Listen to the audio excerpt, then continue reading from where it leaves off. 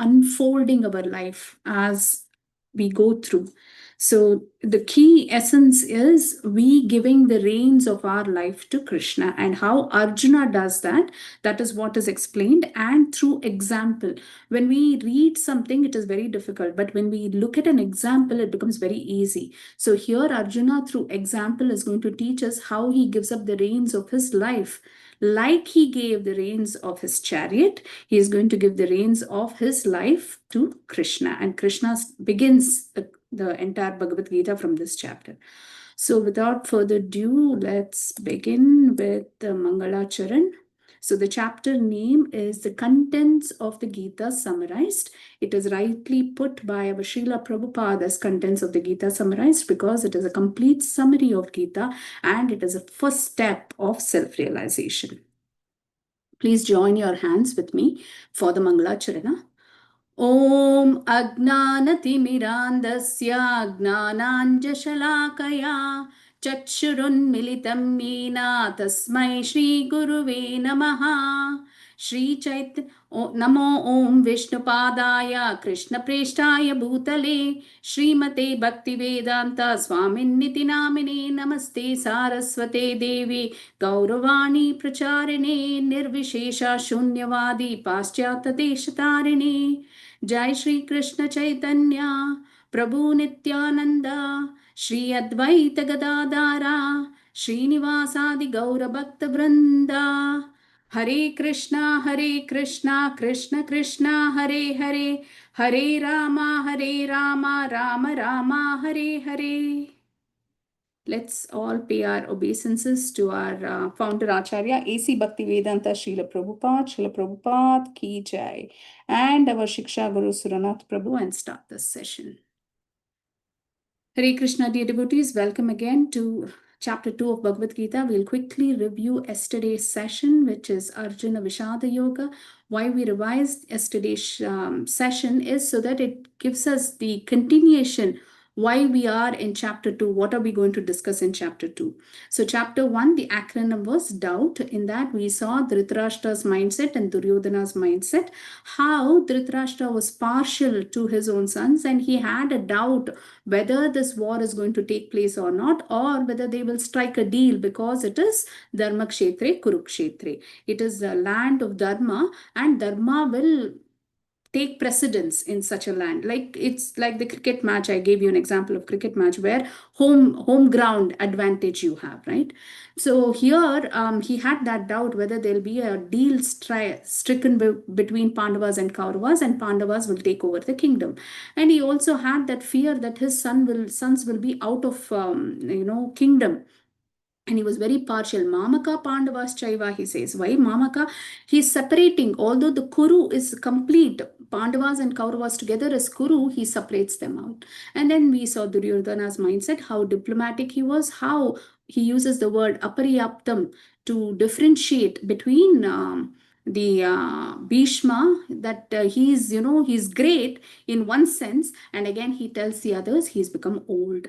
So that was his diplomacy, and how he invokes the provocation for Dronacharya by saying that you trained the son of Drupada. Dhritarashtra was your disciple. Look how he's formed the army. You gave him all the knowledge, you gave him all the secrets. Now you have to fight for me. That is what he is intending to say.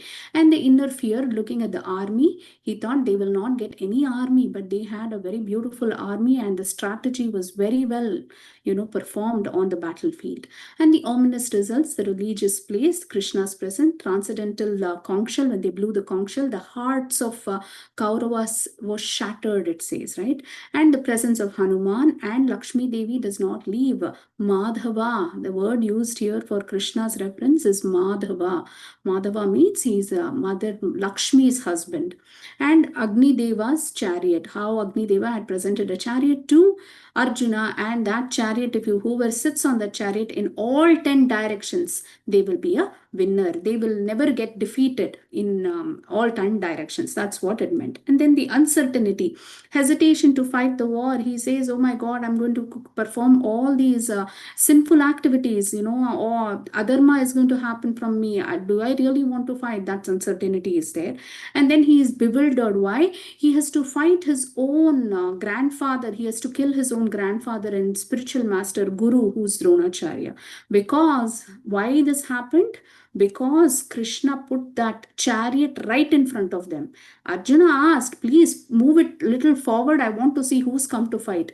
But Krishna was expert, and he is in that, right? He wanted to give the Bhagavad Gita to the world. He wanted Arjuna to lament so that he can, give him the truth of what life is, what is, how to lead a life.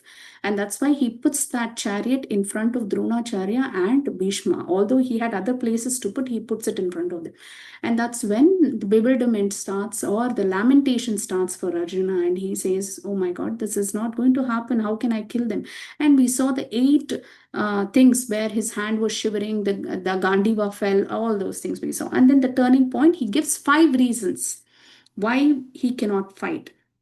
Compassion, he doesn't want to fight because he's a devotee. He doesn't want to hurt anybody. And blood money, how can I enjoy blood money? Loss of enjoyment.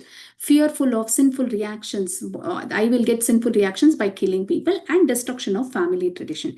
Remember these 5 points, because at the end of this chapter, Krishna gives an alternate answer, or he'll give the answer for all these things. And he still says, even with all these things, you have to fight. We will do a comparison study of how Krishna answers these questions.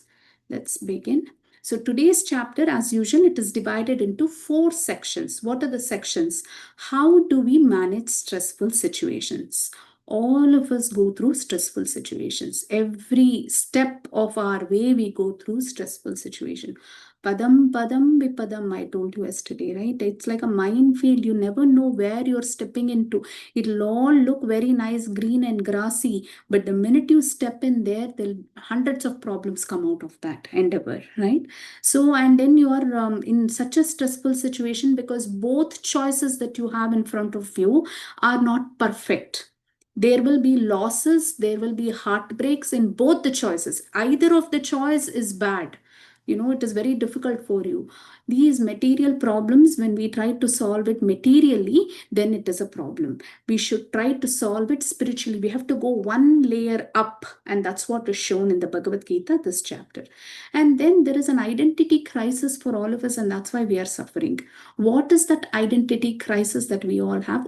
Who am I? That is what we are going to see. We are going to understand a little bit about ourselves, who we are, right? That is what we'll understand. And then 2 types of duties. We have, all of us come into this world with 2 dharmas, 2 types of dharmas. And how do we fulfill those 2 dharmas and still be happy? That is what we're going to see. And then the permanent happiness. What is permanent happiness? How do I achieve that permanent happiness? To achieve something, you have to first know what it is, isn't it? Without knowing that, it is very difficult to achieve it. So that's what we're going to understand, the definition of happiness today.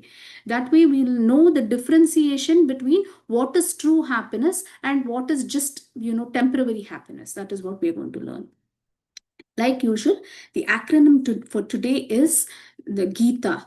G stands for Guru, I stands for identity, T stands for 2 dharmas, A stands for Ananda. See, there is a difference between happiness and Ananda.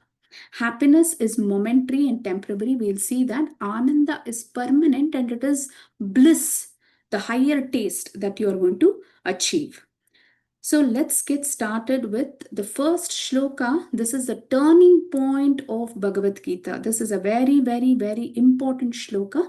We'll quickly go through that and then we will start our discussion. So when in confusion, one accepts and surrenders to a guru. Karpanya doshopahata svabhava pritchami tvam dharma sammoda chetaha yachreyaha syan nishchitam bruhi tanme shishyasteham shalimam tvam prapannam. Now I am confused about my duty and have lost all my composure because of miserly weakness. In this condition, I'm asking you to tell me for certain what is best for me. Now I am your disciple and a soul surrendered unto you. Please instruct me. So, who is saying these words? This is Arjuna saying it to Krishna. If you see the entire Bhagavad Gita, first chapter, when we saw till 2.7, right? Krishna doesn't speak a word. Why? Because Arjuna was not in the state of accepting anything from Krishna. Any, preaching or any suggestions from Krishna, he was not ready to accept. His mindset was not that. At this point, he says, I am totally confused. I have to fight this war. I'm standing here. I think it is much better to go and beg in the forest. I don't want to fight. I don't want to fight my own people. I don't want this money. I don't want anything. I don't want to do anything with this. I just want to go to the forest, beg there. I don't want to fight. That's what he's saying, thinking. But he's confused. Should I do it? Should I not do it? Because he's a Kshatriya. If a Kshatriya, for a Kshatriya, either you fight the war and win the war or you die in the battle. There are only two choices. But he's taking the third choice of running away, which is a cowardness, right? And he doesn't want to do that. But one thing is saying, his heart is saying don't do it, his mind is saying do it. So he is struggling between these two. When he is struggling between these two, he is surrendering unto the Lord. That prapannam has a very beautiful meaning. In Sanskrit, there are different words for surrender, but in English, we only call it as surrender. But here, there is total control is given to Krishna. In the same way, for us, we have to give it to our guru. I'm not saying that, you actually you have to become slaves to the guru, but in the initial stages, you have to hear from a guru. What I'm saying is, when you hear from a proper source, then you will be able to understand. If you don't have a proper source and you try to listen somewhere else, your understanding is not correct. If your understanding is not correct, then you cannot perform bhakti. Bhakti will become very, very difficult. Very, very difficult, right? So you have to understand the truth and Vedic knowledge from parampara system. You cannot submit to any guru. It is in the market, there are so many gurus who will tell you, I am a life coach, I will do this, I will do that, all that. Don't surrender to them. First ask whether they have a guru. If they don't have a guru, how did this knowledge come to them? Because we have imperfect senses. They have to surrender, they have to believe in a perfect source. If they don't have a guru, it is their delusion. It is their mind playing the trick on them. So, to such gurus, we should not submit. So, the first step, how do you submit or surrender, is hearing the instructions of the guru. How do you hear the instructions of the guru? Listen to the Harikatha.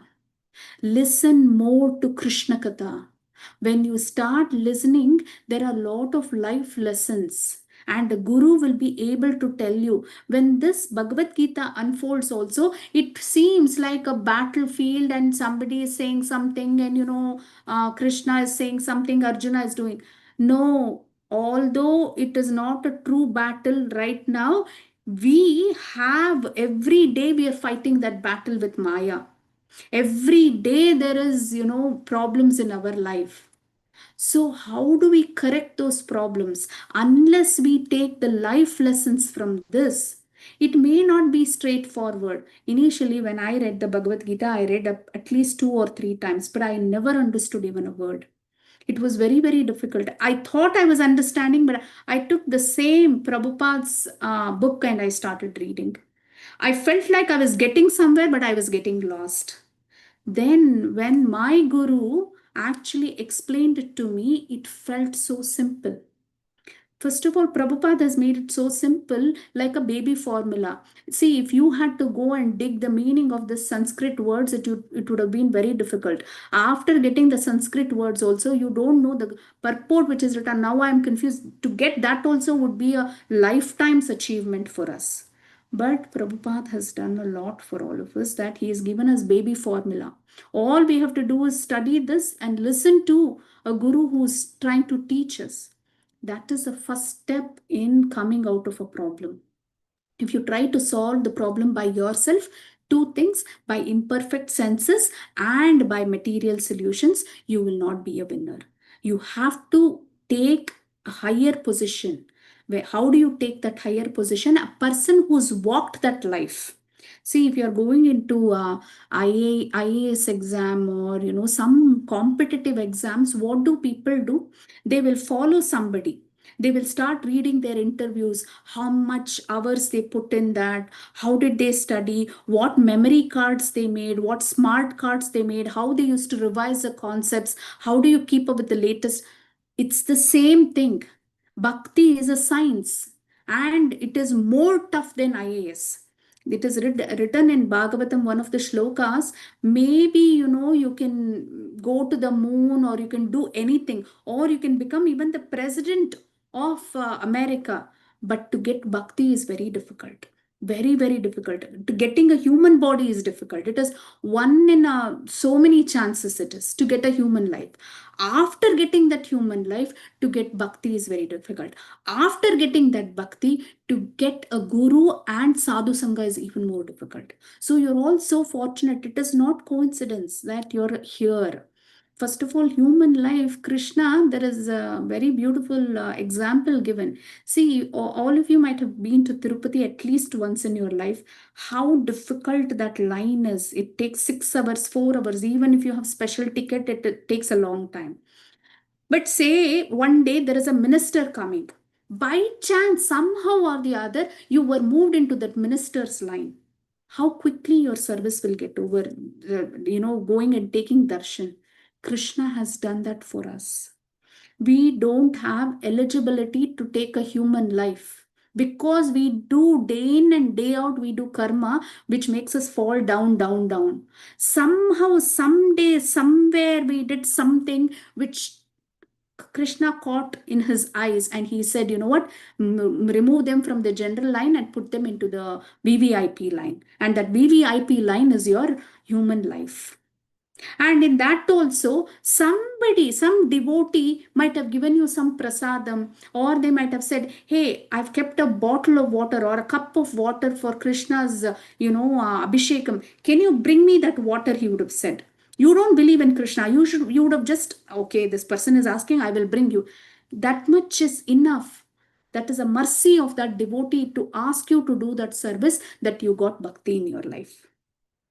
When they washed their hand after eating, they did this, that water droplets fell on you. That is enough for you to get bhakti. That is a mercy of a devotee. It is that rare. And this bhakti comes only from another devotee. Without devotee's mercy, you won't get. Without Guru's mercy, devotee's mercy and Krishna's mercy, it is very difficult to get bhakti. So we have got that human life. Fortunately, Krishna has given us that. And fortunately, we are today in Bhagavad Gita class. So we have to make the most of it by surrendering unto the Guru. And what are the qualities? When you surrender unto Guru, you have to have certain qualities. You cannot, you have to start the process of learning. So for this, there is a very beautiful example. There is a person who wants to learn music. Okay. And he's learned Saregamapa. Till there he's learned, but he wants to learn further. So he goes to a music teacher and he says, can you teach me music? And that music teacher says, okay, I'll teach. There are other students also who came who have not even learned anything. Saregamapa also they don't know. But the music teacher charges them only 2000 rupees. But for this person who's learned Saregamapa, he charges them 4000. Somehow the student gets to know that he's being charged more, and he goes and asks, why are you charging me more? He says, whatever you've learned, first I have to start the unlearning process for that. Because it's very difficult, half knowledge is very difficult, or our own concepts are very difficult to get rid of that. And then I have to clean your plate, I have to clean your brain, then put that music foundation in you. So for that uncleaning process, I'm charging you $2,000 or 2000 rupees more, right?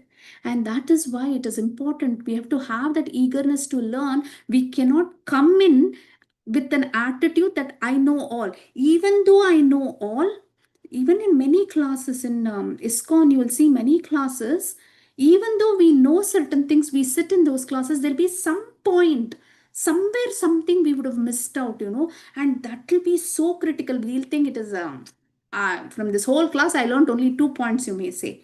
But the 2 points, if you implement it in your life, it is a big thing. It is a big thing. You will immediately reach a very high level. Okay, so that eagerness to learn should be there. And that's why Prabhu also was saying you have to have paper and pen. Write 1 point.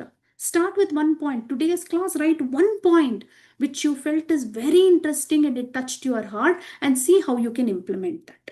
That way you will be able to progress more. And then the humbleness and acknowledging the weaknesses. See, it is not only in spirituality, even in material, this acknowledging weakness is very important. If you don't know, see, you are very good in some things. Okay, you are very good in some things that you will anyway top it. There are certain things you are very weak in. If you understand your weakness, you can come to average level. If you come to the average level, you will be successful. If you ignore that weakness, what that weakness will do, it will pull your goodness also down. It will bring you down. So it is, although it is very painful, it is very, very, very painful to acknowledge my weakness. Not forget in front of everybody. To myself to acknowledge I have this weakness, ego won't let you. It won't let you. But it is very important we acknowledge. I have a problem. If I acknowledge that, I can become an averager. That way it will not pull me down. So that is important. And the humility, that humility, I am this, if you have that mindset, it will block your learning. The minute you think I am this, right, it is like you're putting a thick blanket on yourself that will not allow you to see, that will not allow you to hear or contemplate on things.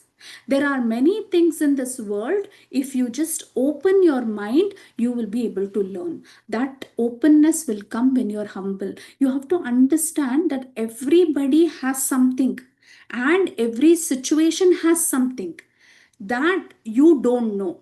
When you come to that level, it will become very easy. And this Bhagavad Gita and spirituality is even more, because we all are born in the Hindu culture, and in India, somehow or the other, we have some background of the culture and the tradition, and we think we know all. But sometimes, just to sit back and say, okay, I know this, but they are saying this, how is this like this? If you think like that, if you become a little open, then you'll be able to accept it more faster, and you'll be able to realize it. See, I'm not saying whatever you've learned for your from forefathers and fathers is wrong, but we don't know the basics of that sometimes. We don't know why we are doing what we are doing. And this knowledge, if you keep your eyes and ears open, you will be able to quickly prove, and you will enjoy. I am telling you, I can guarantee you, after 1 year, if you're not enjoying in this, you can quit. You can quit. I'm now 150% sure that you will enjoy. It's not 150%. When it comes to Krishna, it is unlimited percent. So it is unlimited percent true that you will enjoy this process. You will really enjoy this process. Next, accepting a bona fide guru. I told you, right? There are many challenges and you need a guide. Say, suppose a person has gone to Himalayas. Okay. If that person has gone to Himalayas, is very difficult. All of us know that, right? It is very difficult. But if a person has already gone, what will you do? I'm taking this route. How should I go? You will ask. And then they'll say, don't go that route. I tried that route. That route is very difficult. Take this route. And then they will say, GPS will show you this, but you take the shortcut. It's the same thing. These bona fide gurus, they are not just there. They have achieved it. And they have gone through all the problems we are going through. It's not that they've not faced all these things. In the path of bhakti, whatever comes, they've already seen it, they've tested it, and they've applied the solution which they are successful in. And that solution they are giving it to us, it is a shortcut. But if we try to analyze it, one problem we'll be analyzing throughout the life and we will never progress. It is very difficult. If you want to learn from your own mistakes, all the mistakes you want to commit, it's going to be very difficult and you will take millions and millions of years. This Janma is gone. There is no guarantee we'll get human Janma.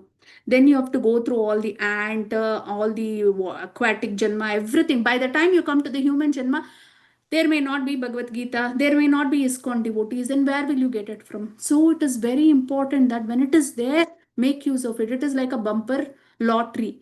Take best use of it. That is what it is saying. It takes a lot of courage and humility to accept failure and one's own weakness. This we've already discussed. But unless we accept it, we cannot be successful in life. That is very true. Success has many fathers, but failure is an orphan. Nobody wants to accept the failure, right? Nobody wants to own it. We have to own it. That is an important lesson, whether you're in material or in spiritual, right? Only then progress starts. Without that, there is no progress in life. To be progressive in life, it is essential to cultivate humility because it protects us from being falsely proud of our accomplishment and strengths, which otherwise can prove futile in another situation or environment. This is very true. You might have seen in many comedy things they show. In 1954, I did this. One small achievement they would have done in some year, okay. They will continue to repeat that over and over again throughout their life, saying that I did this then. They are so much engrossed in that little success they had millions of years ago that they are not thinking of what next. How can I achieve my next milestone? Nobody thinks. If you're so engrossed in your accomplishment, what happens is progress stops there. That is all your achievement was. And if you keep repeating to everybody that you meet or to yourself, if you're repeating, that day I did it, that day I did it, what happened today? You didn't do anything. What happened this moment? Because you're repeating, you're wasting time. In that, you could have made another achievement, isn't it? So that is very important, to be humble and say, okay, I did that. I did with the mercy of Guru and Krishna. Next, what? What do I have next? What is my next milestone? And the next situation will be different. Krishna gives us different situations and different people, actors in our life to teach us a lesson. If we are not successful, he will give the same lesson with different set of people and different situation, but you will be learning the same lesson over and over again. So it is very important to keep our eyes and ears open for the life lessons. This lesson is important. The true life lesson, what Krishna gives, we have to be very careful, because you can't keep saying, I did this that day, but today's situation, what are you doing, becomes very important.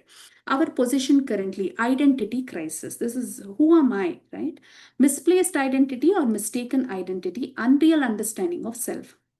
So if you look at this hand, what will you say? My hand, I will say. My head, I will say. My body, I will say. Right? My eyes. I'm going saying my. But who is that I, or who is that my? That is very important, because this body is not me. Then who am I? This body is not me. Are you this hand? No. Are you this head? So can I say this is me? No. Can I say this is me? No. Can I say this is me? No. Then who am I? Right? That question keeps coming back. Who am I? So let's quickly review the shloka, and then we'll get into the understanding of who am I. This is very, very important. If possible, all of you turn on videos. It will take only 1 minute for me to explain what Krishna is trying to tell us, and then you can continue with what you're doing. So the real I, who is that? Dehinosmin yata dehe kaumaram yauvanam jara tata dehantara praptir dhirastatra namuhyati. As the embodied soul continuously passes in this body from boyhood to youth to old age, the soul similarly passes into another body at death. A sober person is not bewildered by this change. This is very important. See, if you look at this picture, this person grew up from a child to a boyhood to an old man. Now he's really old. The body is changing, if you see, but the person inside is not changing. What I felt as a child, that is me only, but my body has changed. Then who am I, right? So the I is different from this body. At the time of death, the I inside your body moves to another body. It takes on another body. So there is no point in crying over this body. Don't cry over this body, because eventually you will get another body. So what is the difference? Atma and this body, gross body. There is something called as Atma in all of us. And that Atma is Shashvata. There is no death for it. All these things are given, this body is given based on my karma pala and based on my desires to enjoy this world.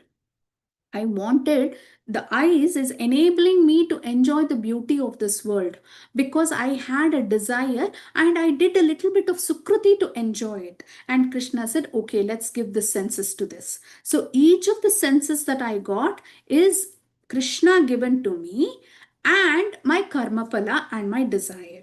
So, but that is not me. It's like, wearing a dress, it will come in the future. The I is different. That is a first step in self realization, to understand there is this body is not me. The body is different from the soul which is living inside the body. It is like this. Prabhupada gives a very beautiful example. If you've all lived in an apartment, a person occupies the apartment. He is on a lease and he will stay there for few years. After the lease completes, he will vacate that and go to a different apartment, isn't it? That apartment is like the body. It has windows and doors which are like your senses to the outside world. The person who's staying in that apartment is your soul. Eventually, when the house becomes old or you're tired of that house, you will move to a different house. Your soul is also like that only. It has certain karma pala that it has to face in this body. It has certain, sukruti it has to enjoy in this body. Once that is done, it will go to a different body. And in that body, different set of karma, different set of desires are given. And whatever you're doing today, it is like a blueprint for the next Janma. Every action, every thought, everything that you do or say becomes a blueprint for the next Janmas. So, and if you see scientifically also, a person every 7 years the body changes, all the cells in the body die and there is a new cell being born, but the eye is not changing. This body is made up of the Panchabhutas. So it is made up of these material, gross material things, and they will change. The blood cells change every 7 years. Like in this photo, every 7 years he changes. But the person living inside doesn't change. You may say, my house is becoming very old. Every 3 years, I want to put painting job. I'll do painting job. So the house is changing, but are you changing? No. In the same way, the Atma doesn't change. Further, we'll understand the composition of the Atma. What is the composition of the Atma? There are three things. We will think this is the body, that's all we know. But actually, there are two more things inside. We will quickly learn that. Gross body made up of the five Panchabhuta that I told you: earth, water, fire, air, and ether. And then it is separated and destroyed. So, this gross body, the skin, everything that you have here, all this, right? It is discarded. At the time of death, it is discarded and the Atma alone goes out. Now, the second type of body that all of us have is called the subtle body. And what is this subtle body? First, this gross body is made up of these Panchabhutas. Now, subtle body is made up of mind, intelligence, and ego. Okay. Our entire Krishna consciousness process is to empty this subtle body. We want to empty it. We don't want to have anything in this. Why? Because this is the root cause for you to take another material body, whether an ant's body, whether an elephant's body, or a human body. This is the root cause for you to take. At a very gross level, I'm talking.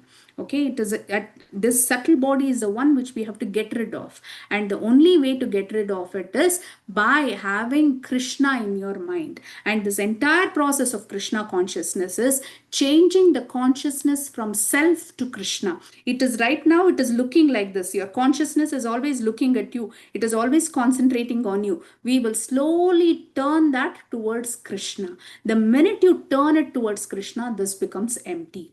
And we may think, and at the time of death, what happens at the time of death? You give up only your gross body. Your subtle body attached to the Atma is taken to the next body. Okay, the Atma is made up of three ingredients: Sat, Chit, Ananda. What is Sat? Sat means it is eternal. Nothing can destroy it. Nobody can destroy. There is no weapon in this world which can destroy the Atma or cut it into pieces. Nothing will happen. Chit. Chit means it actually knows. Today we are thinking this Bhagavad Gita knowledge is new for me. No, it is not new.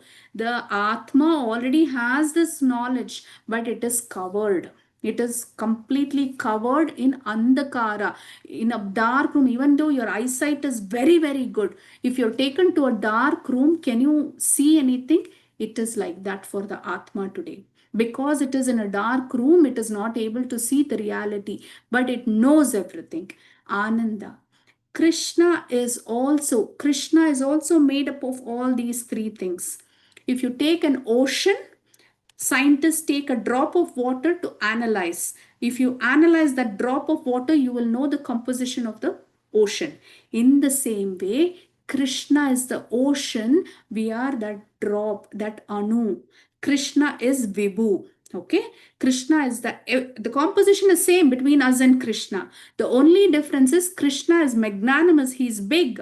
If a tsunami has to happen, it happens only in the ocean. A drop of water cannot cause tsunami, isn't it? In the same way, the power of Krishna is more. As Anu Atma, I am part and parcel of Krishna.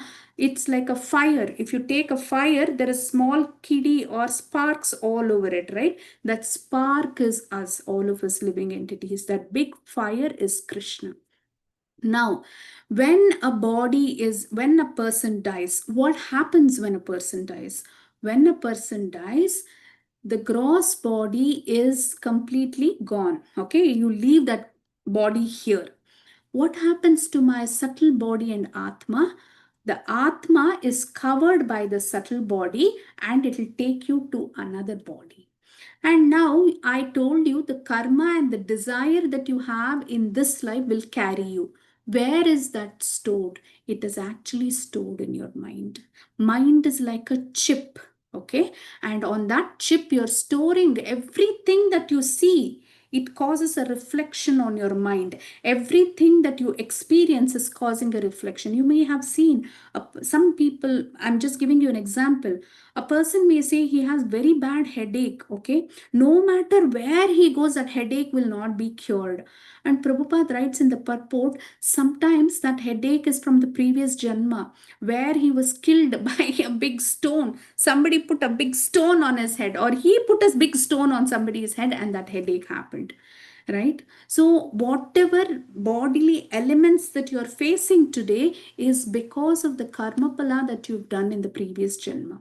And there is no cure. You have to endure it for a certain time. Sometimes medicine can only reduce the intensity of it, but you have to go through those long term problems, right? It is because of our karma pala. Now we are going to understand some of the characteristics of this particular soul. There are many characters. It's very important. See, this science, I cannot show it to you. I cannot hold something like this and say, okay, this is your Atma. I can't show it to you like this. The only thing we know from our Vedic sciences, the examples and some, evidences as to how I can experience this Atma. So we will quickly see soul is indestructible and eternal. How do I know the soul is indestructible and eternal? Because Krishna himself is saying here, Nayanam chandanti shistrani nayanam dadati bhavakaha nachanyam kledayanti apo na shochayati maruta. The soul can never be cut to pieces by any weapon, nor burnt in fire, nor moistened by water, nor withered by the wind. So, what is it saying? If you take the soul and cut it into pieces, can you cut it? You can't cut it. There is no weapon for it. There is no knife to cut the soul. Okay. Then, can you burn it? No, even if you burn it, nothing happens to the soul. Can you dip it in water and make it, go inside the water and kill it? No, you can't. Then in the wind, can you just blow it away? No, you can't. The soul is eternal. Nothing can destroy it. It is like an energy, right? Can you destroy energy? No, you cannot. Energy cannot be created nor destroyed. Where did that come from? It came from here because it is Krishna's energy. Can you create this energy? people are in the lab, they're doing so many things. Can they create a soul? A soul has come out. Can you put that back into the body? They cannot do that, because they can't get hold of that soul, because it is energy of Krishna. So here it is saying how it is eternal.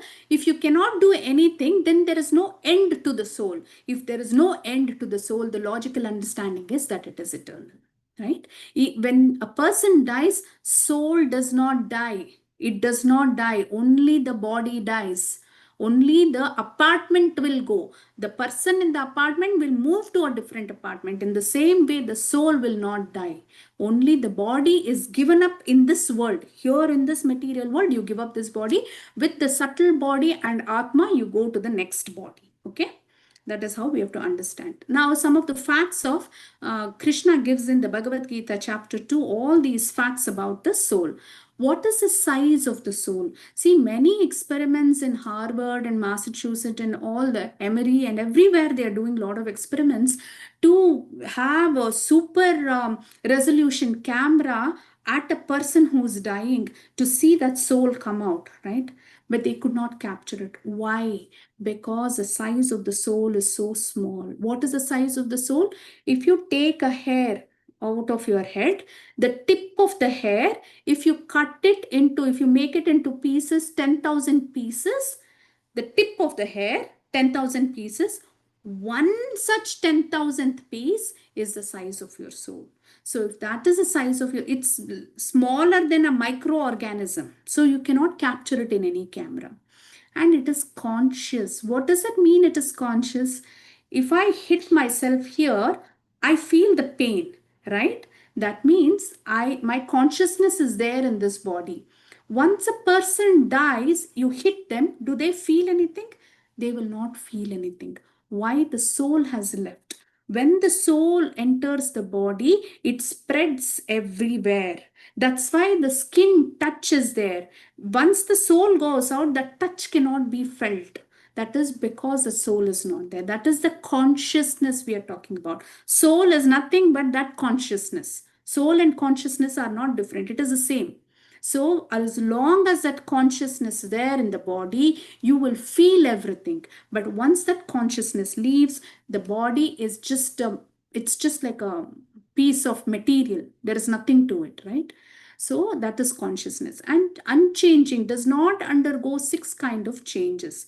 See, a person, when a baby is born, he's born, he grows, and then he gets married, he has children, then he falls sick and he dies. There are processes for this material body. This material body is growing, byproducts it has, then it will dwindle for some time and it dies. So it has changes. This material body has changes. The soul does not have any change. It's immutable. It does not undergo any change. How it came into this world, like that only it will go back also. So there is no change to that. And where is it seated? You may ask, where is it seated? It is actually seated in the heart along with Paramatma. The soul is not alone. The soul is always with Paramatma. Krishna comes as a father or a mother, does not leave the child anywhere. Krishna comes with us to every janma we take. He comes with us in the heart. But some of us don't feel it because we have made Krishna quiet in our heart. He's dormant. Unless, like Arjuna, when we give the reins to Krishna, you will not feel the presence of Krishna. Upadrishta Hanumanta is the characteristics of Paramatma in the heart. It will come in the future classes. What is that? Upadrishta Hanumanta means he's quietly watching dormantly your activities. He's recording what you're doing, what. And when you have a desire, he's doing the Ashirvad and saying, okay, I'll sanction this for you. I'll sanction this for you. Right? That is the function of the Paramatma. But the minute I give the reins to him and say, you take control, I have nothing, I got nothing to do with this world, you lead this, then he becomes more prominent in a person's life. And that is the will Krishna has given us. Krishna has given us everything, okay? Along with that, he's given that will where we with love, we give that will back to Krishna and say, you take care of it. He will never become a controller if you don't like Krishna controlling you. Okay. And I told you, he travels from one body, the Atma travels from one body to another, and Krishna also comes with us. Then what are the characteristics? Satchitananda, we already saw that. Seeker of God. It is actually the soul knows its connection with Krishna. It is like a fish. If you take the fish out of water and offer it pizza, will it be happy about pizza? A fish? No. Where does it want to be? It wants to be in water. It wants to be in the water happily, right? In the same way, our Atma also, it wants to be with Paramatma. Otherwise, it will not be happy. And then it is fireproof, waterproof, unbreakable. That we already saw about this Atma. Then conclusion. What is the conclusion? The spirit soul is eternal, indestructible, while material nature is temporary. Soul is eternal and the material that we are living in is temporary. That's why there is not happiness here. If the soul was also temporary, then maybe we would have been okay. Because we are spiritual and this is material, it's not mixing well. And that's why we feel I try to do something perfectly, it never happens perfectly. Why? Because there is a difference between what we are dealing with. If everything is spiritual, there is homogeneous, there is proper, it'll work. One is material, one is spiritual, it will not work. That is what it is saying. Because of this, one should not be bewildered by the inevitable destruction of the material body. And when the material body dies also, we should not feel anything, right? We should not feel anything, because it is not, it is something from this world. Just give up this and move forward, right?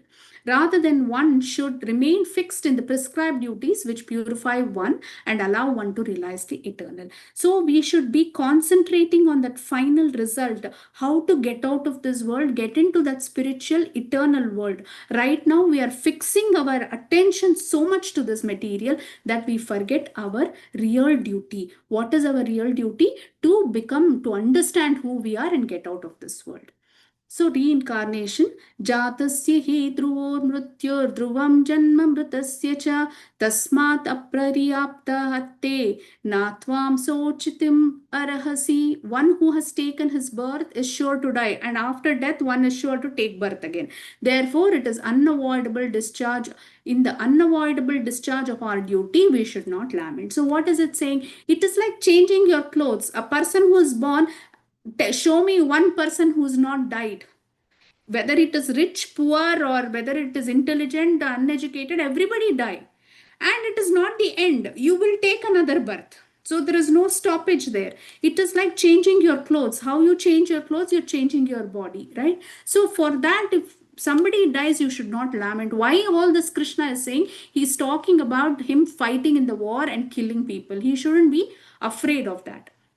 The two dharmas, we'll come to we are already in the third section of this chapter. The two dharmas, what are the two dharmas? Swadharma and Nitya dharma. Swadharma is anything related to this body.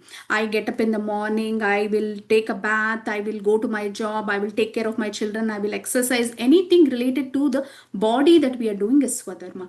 Nitya dharma is my eternal, right, my ultimate goal of life. That is Sanatana Dharma. That is reading about Krishna, chanting about Krishna, then reading Bhagavad Gita. This is my true duty. Today how it is my Swadharma is here, my Nitya Dharma is bottom somewhere, because we don't know what Swadharma is. After coming into Bhagavad Gita class, this has raised a little bit. Then this, like this, like this, like this, what happens? One day Swadharma takes over. When I say Swadharma takes over, you will be taking, sorry, one day Nitya Dharma takes over. What does that mean is, when you're doing your Swadharma also, you'll be performing Nitya Dharma only. There'll come a stage where both of them become equal and this supersedes. How is it superseding? Because when I'm looking at my child, I will think this is Krishna's child. When I'm feeding my child, I'll feel as if I'm feeding Krishna. I am taking care of Krishna only, right? When you start seeing Krishna in everything, when you're doing your duties, the Swadharma duties also in relationship with Krishna, then you're not doing anything Swadharma. Although you're taking bath, although you're working, although you're doing a job, although you're studying in college or school, still you're doing only Nitya Dharma. How is that possible? Because in everything you're doing it for Krishna. You're not doing anything for yourself. Today I'm doing everything for myself only, right? Slowly, slowly that balance will change and this will take over. Although you're, looking at your child or serving your husband or serving your in-laws, you're actually serving Krishna. That will happen, right? That is how we have to understand this. Do not neglect your higher dharma. What is the higher dharma? That is our Nitya dharma. So this neglecting our Sanatana dharma and only performing the Swadharma is like decorating the cage but not caring for the bird. So here there is an example given. There is a person who has a golden cage and there is a bird. Everybody comes to look at that bird every day because a bird speaks very nicely. And this person is so engrossed, he is so happy that everybody is coming to see his bird. He cleans the cage every day. Okay, he keeps cleaning the cage, but he forgets to feed the bird. Okay, after some days, the bird dies. What is the use of that empty cage? Nobody comes to see it. Our situation is like that. We give so much of importance to our body that we've forgotten our soul. Soul is the one we have to give importance. And how do we make the soul happy? When we do worship to Krishna, when we serve Krishna, soul becomes happy. Like the fish out of water, today we are trying to give that fish pizza. Nice skin, apply moisturizer, make your hair look good, look beautiful, earn money, get this position, get promotion, get a new car. Everything you're doing for the body, but the soul inside is crying like that bird without food, but we are not able to see that. And that is what is important, that Nitya Dharma. Once you start engaging in Krishna's service, you will automatically see traces of that happiness that the soul feels, and then you'll realize, my real happiness is there, not in all these things. I will do all these things. Again, when I do all these things also, I will think of Krishna and do. And that is the best life to lead. Now, there are two types of anandas or happiness. What is that? Two types of happiness, not ananda, two types of happiness. What is that? One is a lower taste, which is a temporary happiness of this world. And the other one is a higher taste, which is ananda, true ananda, bliss that we get. And how do we achieve that? यदा संहरते चायं कूर्मोऽनानिङ्गव सर्वशः इन्द्रियार्थेभ्यस् tasya pragna pratishthitah. What is this saying? One who is able to withdraw his senses from sense objects as the tortoise draws its limbs within the shell is firmly fixed in perfect consciousness. Whenever we have to engage our senses, which is where it is not required, like the tortoise, how it withdraws everything, we should withdraw our senses. But it is very, very, very, very difficult to do this. Withdrawing the senses is not easy to do. So then how do we get this higher taste? See, one is lower taste and higher taste. How do we give up this lower taste? Just don't engage. If I tell you don't engage in lower taste, that is not going to happen. How is it going to happen? When I give myself a higher taste. For an example, a person goes to office and cycle every day. Every day he rides his cycle to office and comes back. One day he decides to take a car. Okay, and he buys a car. Now he starts riding the car in the shelter with AC and everything. After a week, if you ask him to take the cycle, will he take the cycle to office? No, he won't, because he's enjoying the car now. In the same way, once we enjoy the higher taste, automatically all these things, the lower taste interest will go away. But how do we get this higher taste? This higher taste is characterized by regulated senses. There are some rules and regulation how I have to engage my senses and what I have to engage. Right? In those things I have to engage. Remaining undisturbed, no matter you understand the truth, then you will not be in bewilderment. Sometimes when we get a good news, we'll be at high position. A bad news will be in low position. No, we have to be samatolana. It has to be a straight line. How do we be like that, right? Then when you get this higher taste, all this is going to happen automatically. That's what it's saying. Tasting higher happiness, ananda, is permanent. See, sometimes when you have a desire to get, say, a big new mobile phone, you'll be so interested till you track that device, you'll be happy. The minute it comes to your hand also, you'll be happy. Then you will start using that, array, it does not have this functionality. No, it does not have this functionality. that happiness is broken immediately and it turns into lamentation. I paid so much, but I'm not getting this, isn't it? It's the same way. Anything in this material world is like that. But happiness, what we get from Krishna and serving Krishna, is eternal. You will feel the bliss. Nobody can drop it. Nothing from this material world can shake that happiness of yours. विषया विनिवर्तन्ते निहारस्य देहिना रसो रसो वर्जं रसोऽपि अस्या परं दृष्ट्वा निवर्तते.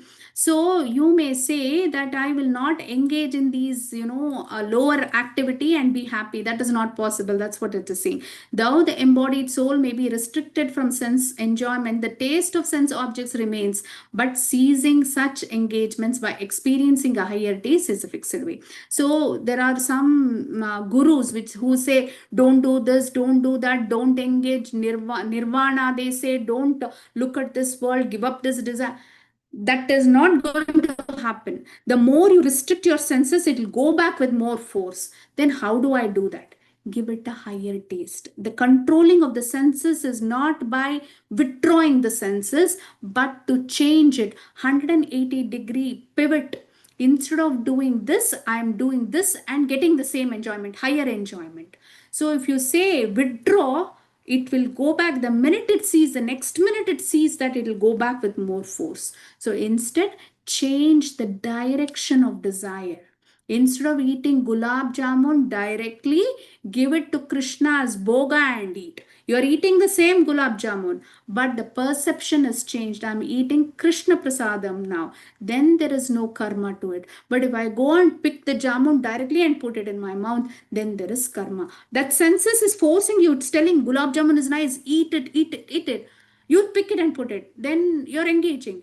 But engage, yeah, but you're engaged in Krishna Prasada. Same gulab jamun you're eating, but it is Krishna Prasada. That is the prescribed, that is the rules that you have to follow. If you just start following that rules, that is enough. You're doing the same activity. You're dropping your child to school, you're taking care of your spouse, everything you're doing.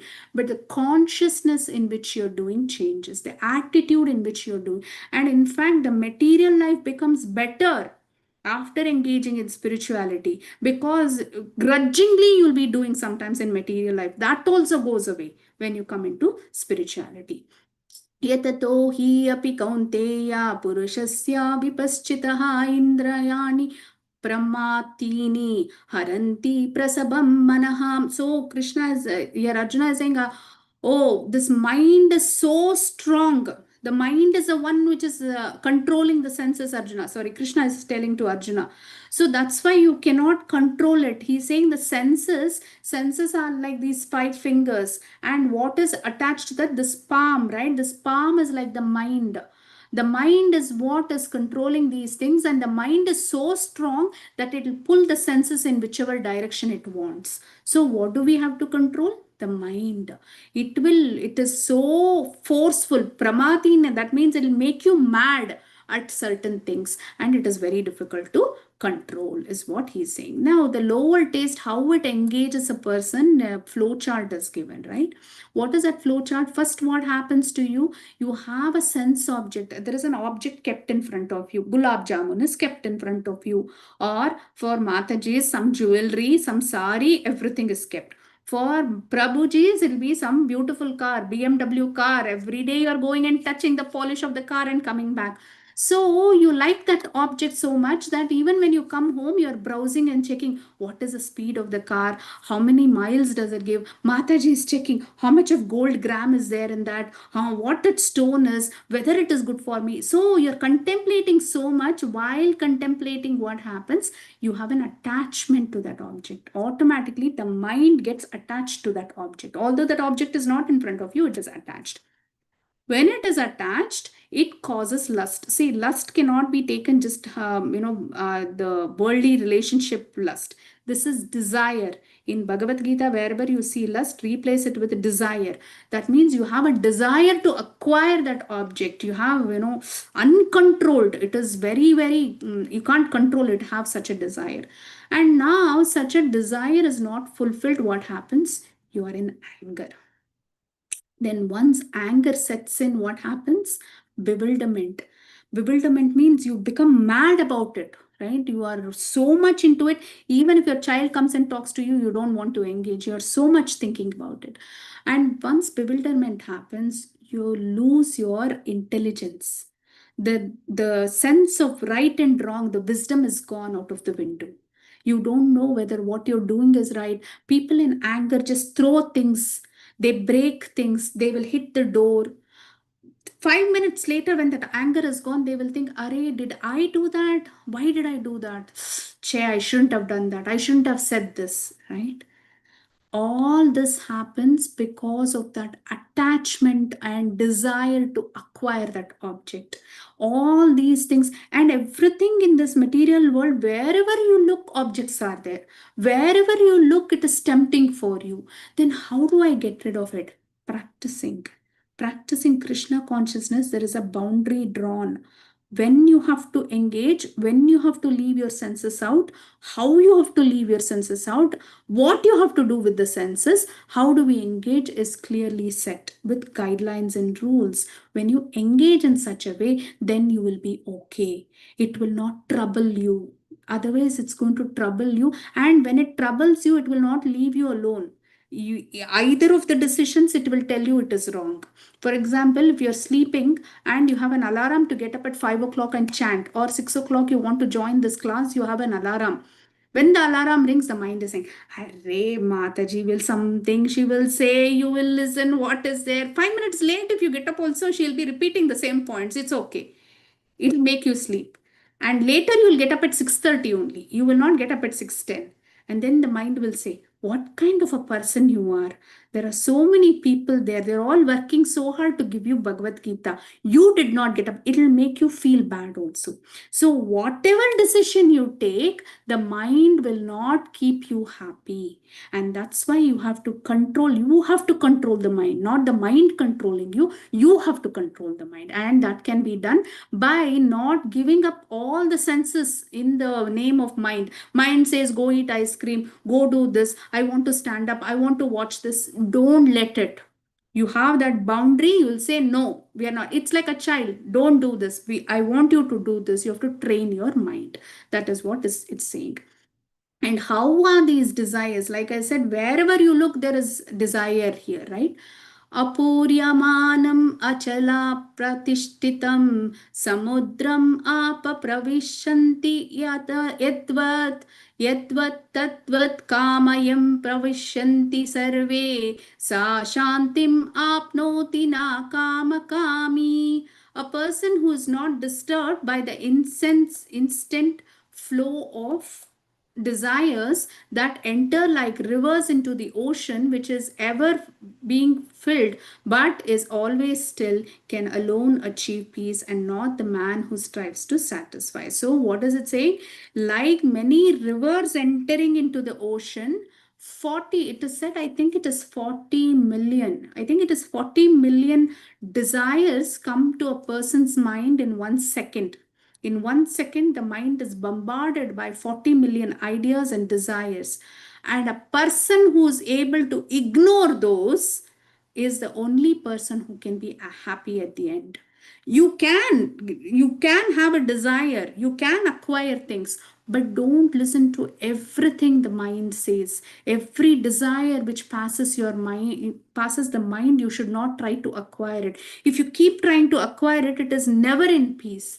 The peace formula is to control the mind first. And how do we control the mind? When we engage in Krishna's service, automatically it will go away. When you start engaging more and more in reading the Bhagavad Gita or listening to a class or chanting, when you start doing more of that, slowly the mind wants to watch something. You will say, no, read this Bhagavad Gita, this chapter, and then I will give you that. By the time you read, that desire to watch is gone. It's completely gone, right? Shanti is established. That way you can control the mind. Now Krishna is going to give answers to all the questions that Arjuna had, or the 5 reasons that, he was giving. What are those? The first one is compassion, and for that, Krishna says the soul never dies. So, why are you worrying? You're worrying that they are going to die and you want to show compassion. The soul is eternal, O Krishna, so you're not killing anybody. Enjoyment, he says, how can I enjoy with the blood money? He says, right? He says, you either win the war, it is still enjoyment for you. You will get it. If you lose, also, it is a good thing only, because a person who dies in battle also gets Sadgati, he says, also gets a very good place.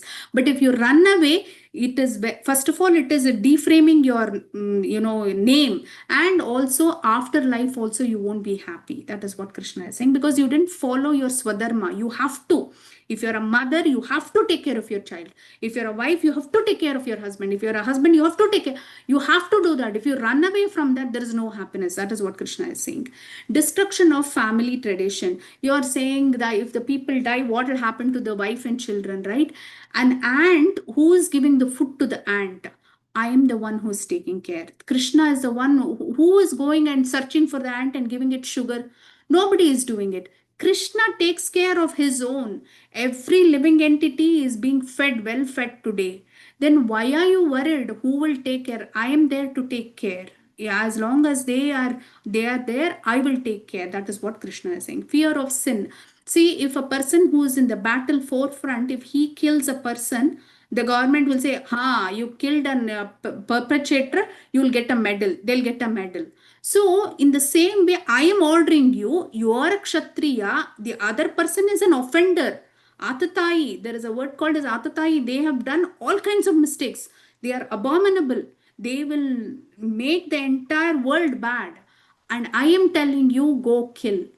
You are a Kshatriya, you have to protect your people. The people under you who are your wards in the future, who will become your wards, you have to take care of them. For their sake, fight the war, he says. And there is no sinful reaction for that, because you're trying to protect the innocent and you're trying to defend. So there is no, like the people in the soldiers in the forefront, right? They are trying to protect and defend the country. So for them, there'll be no punishment. Indecisiveness. How will you get Krishna is saying, you are indecisive, but I know what the Kauravas have done so far.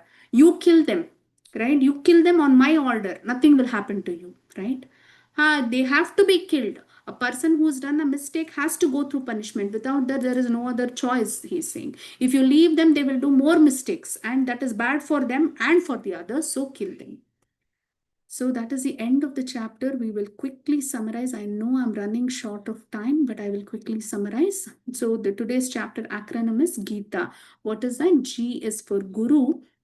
What is surrender? What is it to surrender? That is being very humble, knowing our faults, knowing our weaknesses, and trying to listen to the instruction of a guru. Okay, what are the preconditions of becoming a surrendered person? You should have the courage. See, surrender means it's not like, okay, whatever somebody says I will do, even if they hit me, I will do. No, no, no, no. That is not surrender. You have to know what is right. If somebody is a injustice, you have to stand up for that also. Surrender also gives you permission to stand up for injustice. It is not just like, let another person do anything to me, I will listen. No, that is not surrender. You have to understand, for knowledge, for the instruction, for a person who is in the parampara and experienced, you have to surrender. But if somebody else is doing unjust, to sit quietly is also a problem. Once you surrender, you have to stand up against injustice. That is also there. That is why courage is given. Identity, there is a mistaken identity of who I am, right? The idea of I, the composition of self, soul, subtle, so Atma, subtle body, gross body. It is made up of three things, the composition. And we are not this body. We have to always understand we are not this body. We are the soul, we are the Atma, and we are part and parcel of Krishna. Jivera Swaripi, Krishner Nityadas. That means we are part and parcel of Krishna. We are there only because Krishna is allowing us to be here. And characteristics of the soul, it takes rebirth. Like we change the dress, we keep changing the bodies. And there are two dharmas. One is the duty of the body and duty of the soul. Today, our duty of the body is at 100%, duty of the soul it is 0. As we start progressing, that 0 will become 100 and this will become 0. That doesn't mean you'll give up your body or you'll give up your family. No, even when you're doing that, you're actually doing service to Krishna only. That means you're doing your Nitya Dharma only. Even though you're dropping your child to school, it is Sanatana Dharma you're performing. In that mentality, you have to come to. And Ananda, there are two kinds of Ananda or happiness. That is, one is a lower taste of this material. I want to acquire things. I want to be powerful. I want to be self. Everything is for the self. The higher taste is when once we start serving Krishna and control our mind, then it is eternal happiness. Nothing can shake it. The lower taste, the minute you are done with this, by the time you get hold of this happiness, you will feel distressful because you're seeing something else. Or this happiness, you will find a fault in that. Then your happiness is gone. The higher happiness is not like that. It is eternal. It is Shanti is established. No matter what, anything happens to you in your life also, you will not be worried about it. You will be like, it doesn't matter because I have Krishna with me, right?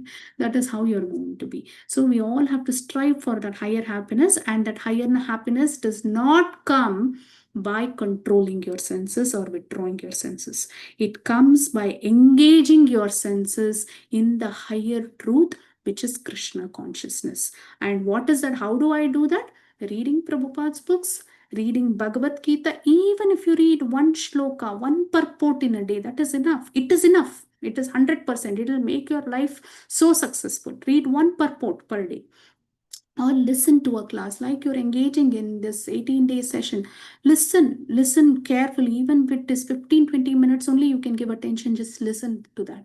Take 1 or 2 points. See how you can implement one thing, one example which touched your heart. Write it down somewhere, right? And contemplate on that. And put Bhoga for Krishna. Think of Krishna. Listen to Krishna Leelas. All that is higher taste. That is like, it is priceless gift.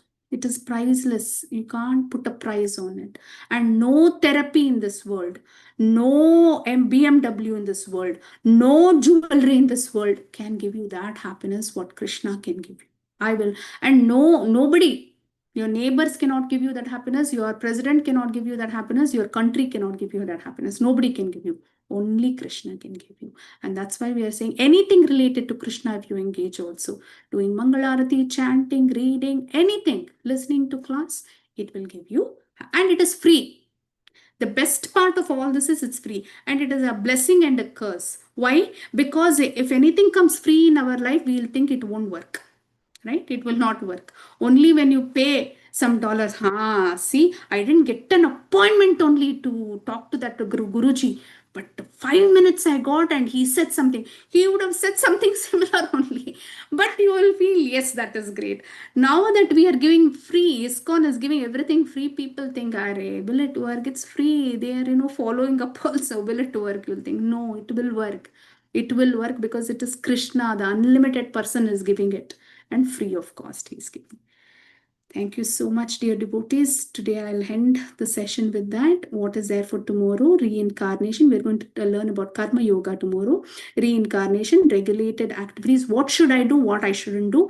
Exemplary. We have to learn from person who's already achieved that. And lust. I gave you a prelude of the next thing. How mind will make us so lusty. That is the enemy of our life. Mind is the enemy, but we have to turn it into a friend. Nothing in this world we will throw it as waste. Everything we will use it in Krishna's service. Then everything will become good. That is what we are going to learn tomorrow. Quiz link will be sent at the end of the session by one of the representatives, and you can attempt that quiz till 6 a.m. in the morning.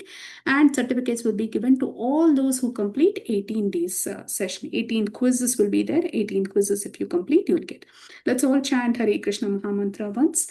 Hare Krishna, Krishna Krishna, Hare Hare, Hare Rama, Rama Rama, Hare Hare. Kaler dosha nidhi rajan asti eko mahan guna Kirtana deva krishnasya mukta sangha param vrajet. This is from Srimad Bhagavatam, and it is saying Kaler dosha nidhi. Nidhi means the treasure house. Rajan, to Parikshit Maharaj, Sukhdev Goswami is saying, this Kali Yuga is full of dosha. Nidhi, it is a Nidhi, treasure house of all the bad things. But there is one Mahaguna. What is that? Kirtanadi eva Krishnasya. Krishna's Nama is so powerful. That is, all the millions of bad things is wiped out by this one thing. Just one thing. And it will free a person. Mukta Sangha, it will flee. See, today we are all in the clutches of Maya. We are struggling to get out and be happy. It is not going to happen. Unless you hold on to the Nama, it is not going to happen. Once you hold on to the Nama, that clutch will, it will only remove, it will only come out like this, and you can fly out. And where will you fly? You will fly to that Goloka where Krishna is there and he's waiting with open arms. This is our Lakshmi Narasimha from HBR temple, and this is our Gandharvika Giridhari and Srimati Radharani from HBR layout, and this is our HBR layout temple. Hare Krishna. I'm extremely sorry. We usually don't go late. I'm extremely sorry about it, but I think I spent a lot of time in the beginning and it was important for that.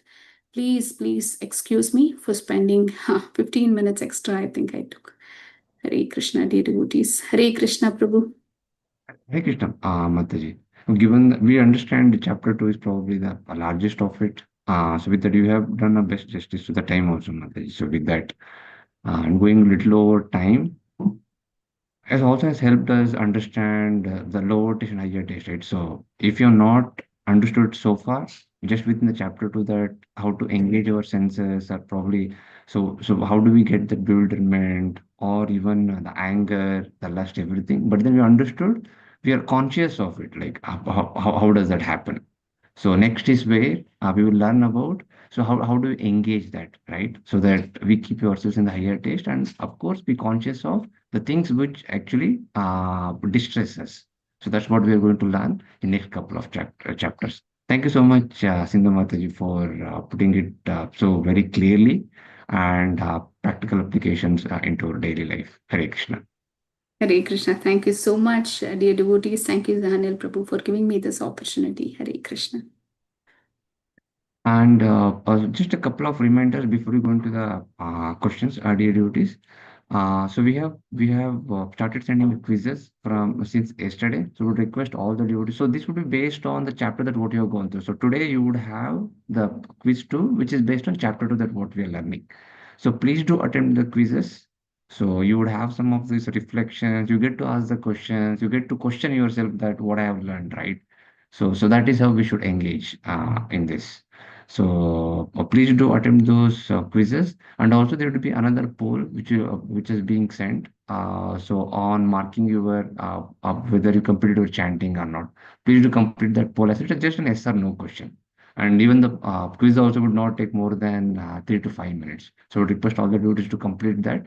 And for tomorrow, would like to see if there are any nominations, dear devotees. Anyone would want to chant from this group, from the new group, you can do that. So do not worry. If you've not done that before, we would help you do that. So either Rajesh Prabhu, Swapna Mataji, or Mega Mataji, if any of you would like to do, you can nominate yourself.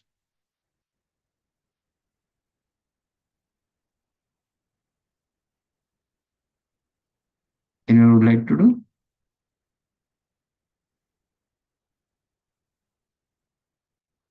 Or we would get, if you do not have the beads, you can take one more per day and you can get that. So you'll get that in the puja shops, or you can also order it online. So I would suggest you can just around the locality. So wherever we have, we call it as a Granthike shop in Canada, right? So or the puja store. So you can go there and ask for that mala. You can say that you want to some bead or mala, you can say japa mala. So just make sure that it has 108 plus one bead. So you can count it yourself. It will take hardly take a minute. You can just count that and then confirm that it is 108 plus one bead, and then you can use it. So we'll seek the nomination from the new group tomorrow again. So meanwhile, so one of us will continue the chanting tomorrow. So we'll just open the forum for any questions, dear duties. Do let us know to raise your hand if any of you have a question, and we will unmute.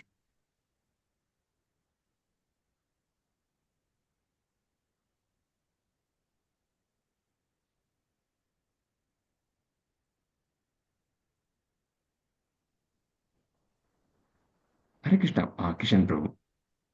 Hare Krishna, Prabhu. Prabhu, some of the devotees are having the doubts whether the chanting can be done at any time or any particular time it is needed. They want to know. The other one, most of the Matajis are asking any restrictions is there for Matajis to chant or not. Okay. That's all, Prabhu. Wonderful, Prabhu. Yeah. So chanting, yeah, there is no time. So that is the specialty about Hare Krishna mantra, Hare Krishna Mahamantra, right? So there are lots of mantras in the scripture, right? So the practical application of it is, if you have a headache, so what we do take? We take a pill like an anasin or something which actually hits there. So we don't go and take antibiotic for it, right? And similarly, so for things that in Kali Yuga, right? So the only mantra that would be powerful and can be applied directly is Hare Krishna Maha Mantra. It's not that the other mantras do not have any power or anything. So Hare Krishna Maha Mantra is made for this Kali Yuga. And are there any restrictions on when it should be chanted? No. So anyone can chant the Hare Krishna Maha Mantra, and there is no specific time. But then when you do that in the early hours of the morning, right? So that is when the power is. So why does doctors recommend that you do so and so activities during that time? Because you can get the maximum benefit of it, or even taking a pill, right? So just similar to that, when you do the Hare Krishna Maha Mantra in the first few hours of the day is very good. Yes, later, yeah, also it has an effect, but then it's just that it might not be same as effective as it is. But then there is no restriction of whether you should do it before your food or meal, after. The only thing is just to make sure that you do it rightfully, have complete your all the chores in the morning like bathing, everything, and then you can do that japa, and you can also continue to do that after breakfast, lunch, but try to avoid doing in the during the night, so you can complete it during the day itself. That's the only thing. And especially for Matajis, if you have a question around, yeah, you can continue the chanting, but then during those periods, right? So in the monthly cycle, so you can keep a separate japamala for yourself, right? So you can keep a separate japamala, and you can chant on those beats is so what it's recommended. But then you can continue to chant. You don't have to stop yourself from chanting. So that's the Chanting, if I may, Prabhu. yes, Hare Mataji, Krishna. please. Kirtanasya sadaharihi, right? So there is no restriction. Chant as much as your heart wants to chant, and practice chanting. Even while cooking, you can chant. On the mala, when you're chanting, sit in a quiet place and chant. But you can have that japa in your mouth all the time, and there is no restriction for Matajis. Anytime, anywhere, any situation, right? You can chant because it is Krishna. It is our own Krishna. There is no difference between Krishna and the holy name. And there is no restriction. Chaitanya Mahaprabhu said there is no restriction. Any time of the day, anywhere, whatever situation you are in, chant. Chant. As Prabhu said, in the beginning, when we are chanting, it is very, very effective when you do it in the morning because the mind is clear, you can concentrate. As the day goes, Rajoguna and Tamoguna sets in and it won't be so effective. But if you haven't done it, do it. It's okay. It's okay to do it. Sorry, Prabhu. I just wanted to make sure that the Matajis understand that there is no restriction for Hare Krishna Mahamantra. Does a father have any restriction to hold his child? If the child is having a fever, or the mother, if the child has dirtied itself, will the mother disown the baby? She will not touch the baby? No, it is like that. Hare Krishna Mahamantra is like your parent holding you, so there is no restriction. Thank you, Prabhu. Hare Krishna. Hare Krishna, Mataji. Any other questions, dear devotees? I think And Soumya Mataji raised her hand, and there is one question about quiz link in the chat, Prabhu. I think Kishan Prabhu answered. sure, Mataji. Soumya Mataji. Is it Swapna Mataji or Soumya Mataji? Swapna Mataji, I think Swapna Mataji. I Hare just Krishna, had, Mataji. Yeah, I just had a question on, like, I'd heard, like, when on Swadharma, when we were speaking, I'd heard a story about Krishna, where Bhishma asked him, I followed Dharma all the time. Why is me punished through this pain? Where Krishna says, you followed Dharma, like, uh, you got too much into what promise you had given to your father, and you kept that swadharma is what my understanding is. Because he followed that so much, he got punished. So when we say, like, okay, we have to do our duties to our husband, kids, everything, where is that line and how to understand is that clarity? Correct. So the dharma that he performed at the cost of injustice. No. He was so attached to the land of Hastinapur that No, even though there was, when Draupadi's Vastrabharan happened, he didn't talk. He didn't talk when the Pandavas were sent to the exile. He didn't talk. He just kept quiet, saying that I want to just protect this land. I'm going to protect this land. I'm going to protect the chair. Whoever sits in that chair, I will protect. He never advised them. If you see the contrast with Vidura, Vidura many times advised, and the last time when he advised, when Duryodhana insulted Krishna, he walks away. He just gives up the kingdom also, and Vidura leaves for forest. He says, I heard an insult about Krishna and I cannot take it anymore, and he walks away. So when you look at Bhishma Pitamaha, he was attached to the chair. Who was sitting there? A dharmic person was sitting there. It doesn't matter. For him, the chair should be protected. He's holding on to the chair. That is not correct. But when you talk about husband, children, Krishna has given you that. Krishna only gave you your child in your lap, is given by Krishna only. So when Krishna has given you that gift, you have to take care. But when you take care also, what we say is you have to see it in the eyes of Krishna. You have to say, this child was given to me by my Krishna. I'm going to serve this child. Not my child, my child. No, that should not be there. So much that, if a child is doing a mistake also, if you keep saying my child, and pampering, will the child be a good child? And as a mother, are you doing justice? No. That is a difference. That is a difference. When you are so attached to my, right, swajanam, my child.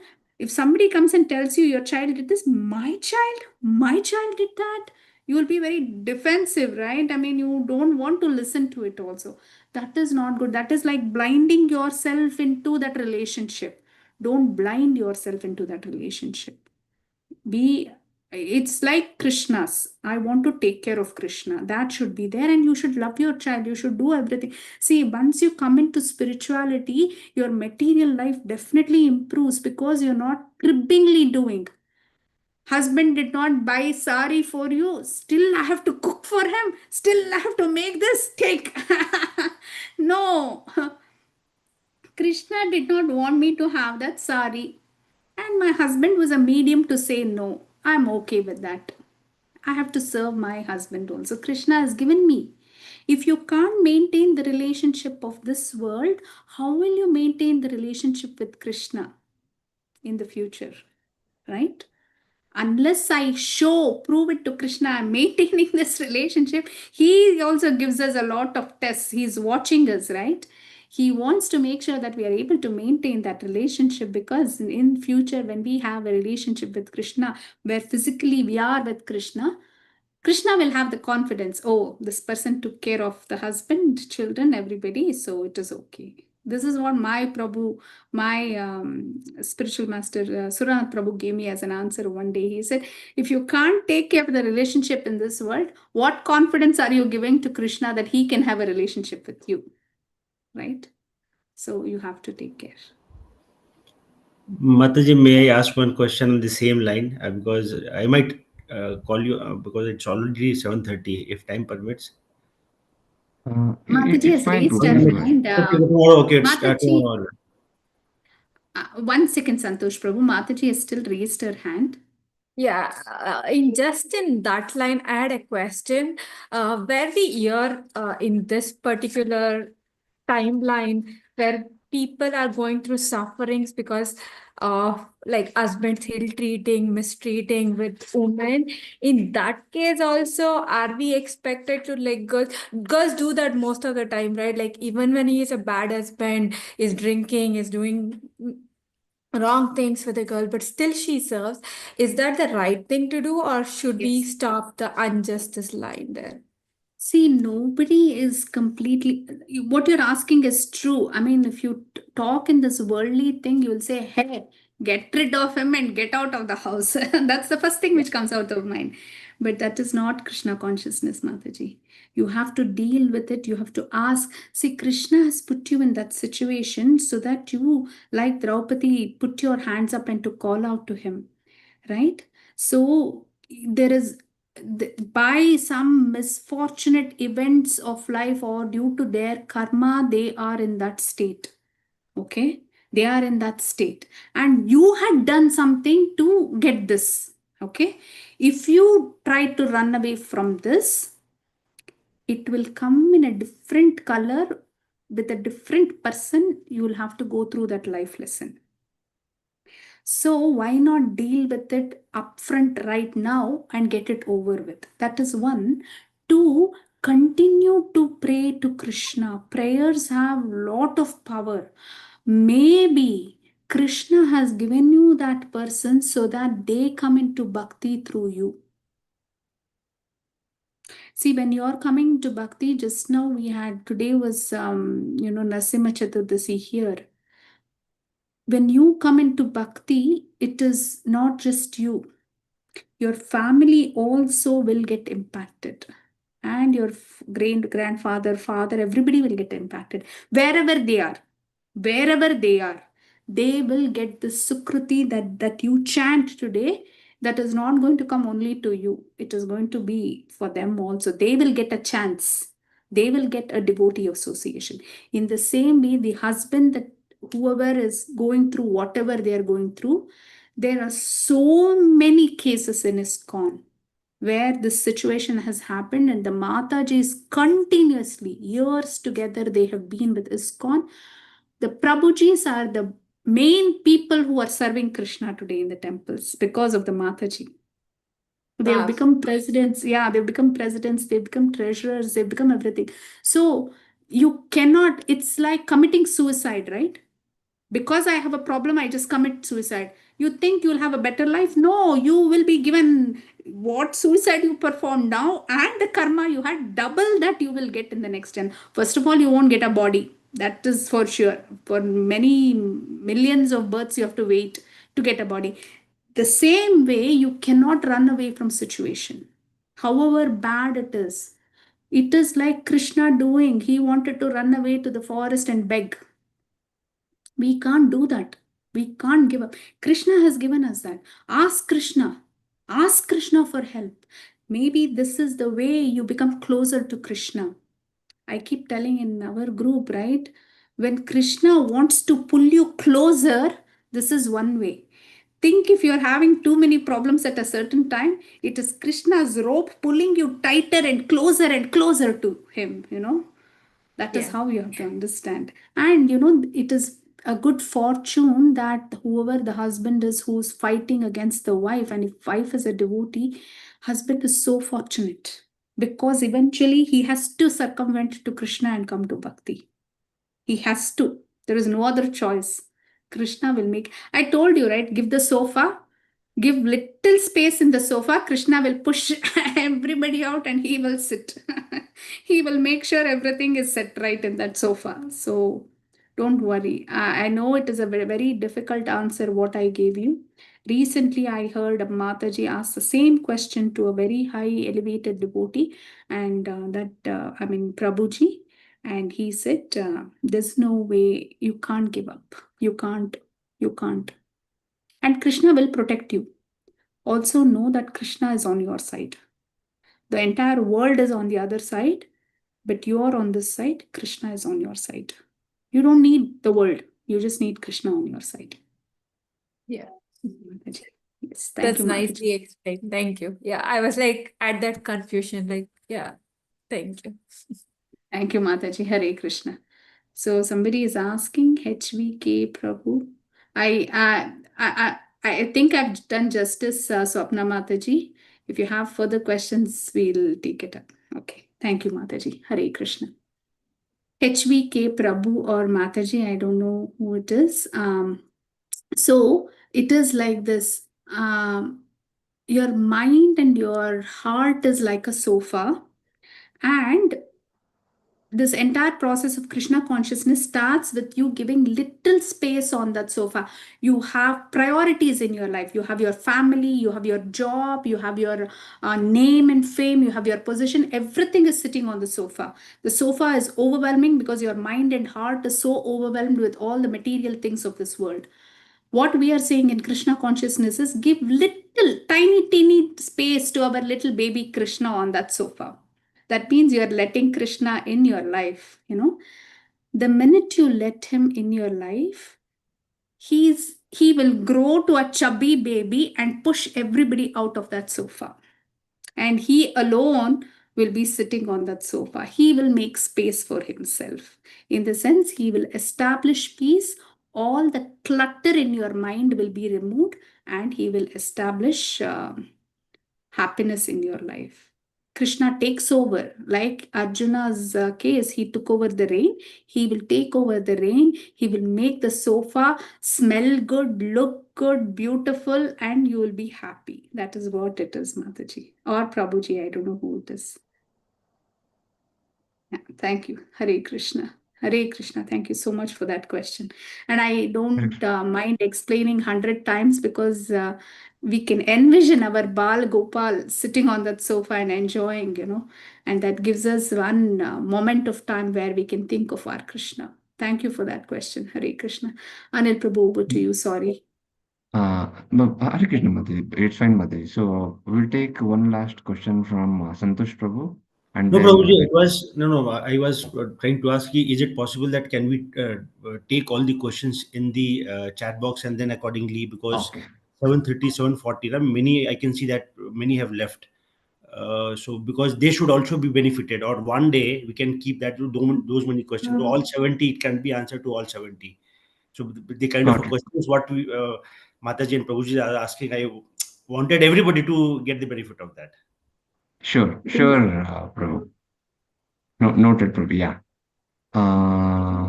If there are no other questions, so I think we can conclude the session. Anything else to add, Mataji? Sindu Mataji? No, Prabhu. No, Prabhu. I think YouTube link also will be sent, so they should be able to, listen to it later time. I missed that. Yes, yes, yes. Thank you, Prabhu. Anil Prabhu, over to you. Hare Krishna, Mataji. Hare Krishna, Prabhu.